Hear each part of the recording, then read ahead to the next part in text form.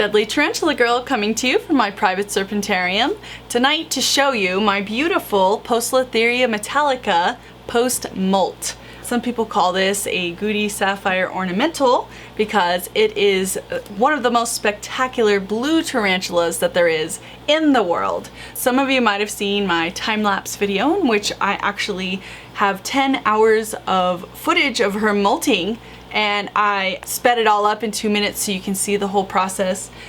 Now, in my opinion, it's not perfect footage because she is down in her habitat and you can't see her perfectly, but as you all know, the welfare of the animal is always my very first concern. Relocating her at that time, I felt, would have been too big of a risk. She got to molt in her habitat. You guys got to experience that with her. Now let's take a look at her. This is not a species that is known for its friendliness. So for those of you who weren't sure what you were looking at on the time-lapse video, tarantulas are an invertebrate. They have an exoskeleton, which means their skeleton is on the outside of their body, opposed to humans who have their skeleton on the inside of their body.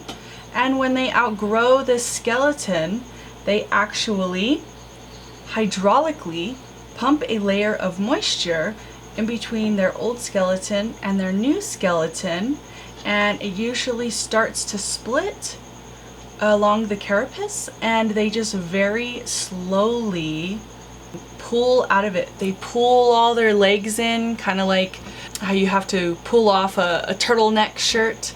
And so you can see the entire skeleton completely intact. Here are the fangs.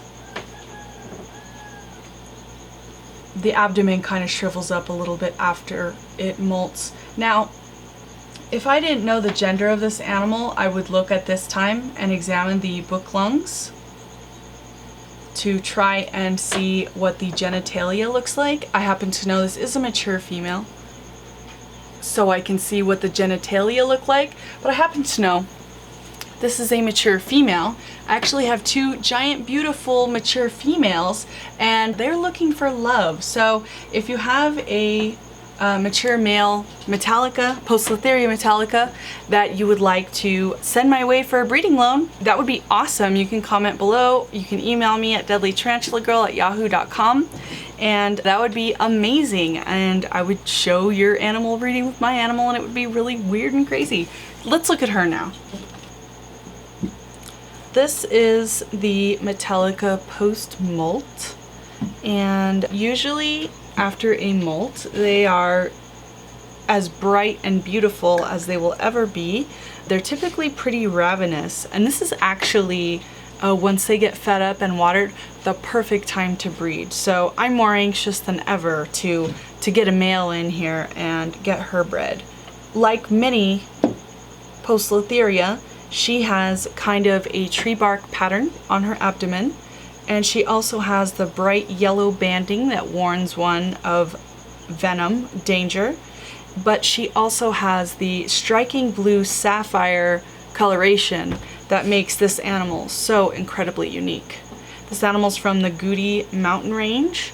They're one of my favorites. I just think they're absolutely incredible. Not the friendliest. This is not an animal that I would be free handling just by choice. If, you know, if I needed to keep it from falling off of the table or something, I would hold it, but not one that you really want to play with.